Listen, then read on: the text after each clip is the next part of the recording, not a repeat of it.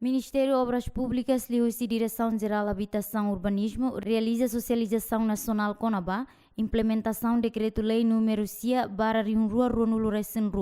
lorong 2024, bulan Fevereiro, Regime da Jurisdicação e Urbanização. Diretor Geral Habitasaun Urbanismu HTTN, Sosializasaun Nivel Nasional atu foi informação para a comunidade Sira, não foi assistência para a comunidade Sira na proposta Konaba, licença construção habitação na utilização construção edifícios e espaço público. E socialização de hoje nessa nível nacional. E te socializa atu foi conhecimento que ele anda também tem comunidade o todo. Condição ida neve uma dificuldade para amigo mak nessa e tem amigo todo.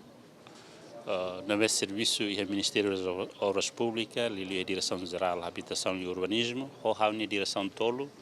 esforço a Antomac, a assistência vai ter a comunidade Sira, tuir Sirninha proposta, licença construção, para habitação,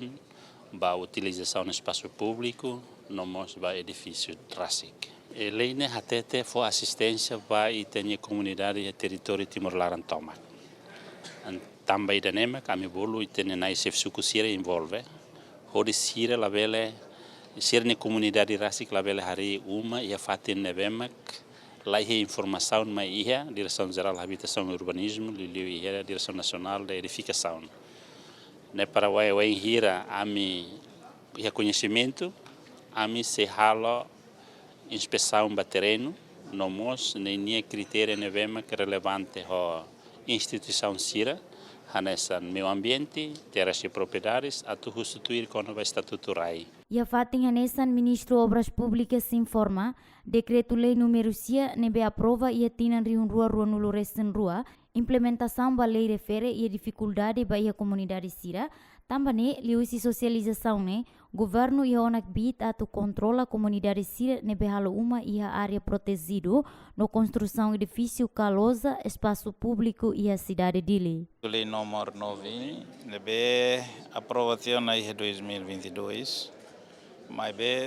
durante ne sida kalau sosializasaun tambah imutu atene itu hal situação ida nilarang situação política impasse batutu foi na down maktama mai e a reestrutura na direção sirahutu nemak dizi nebe ia parte área da neniang buka kedan lei ne para hodi hala sosialisasaun makohin imare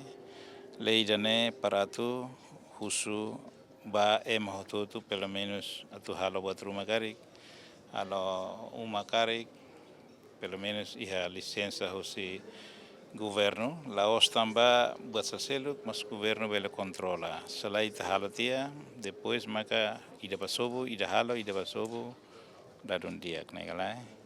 na bele ida ohine hanaso ohine mi kala parhela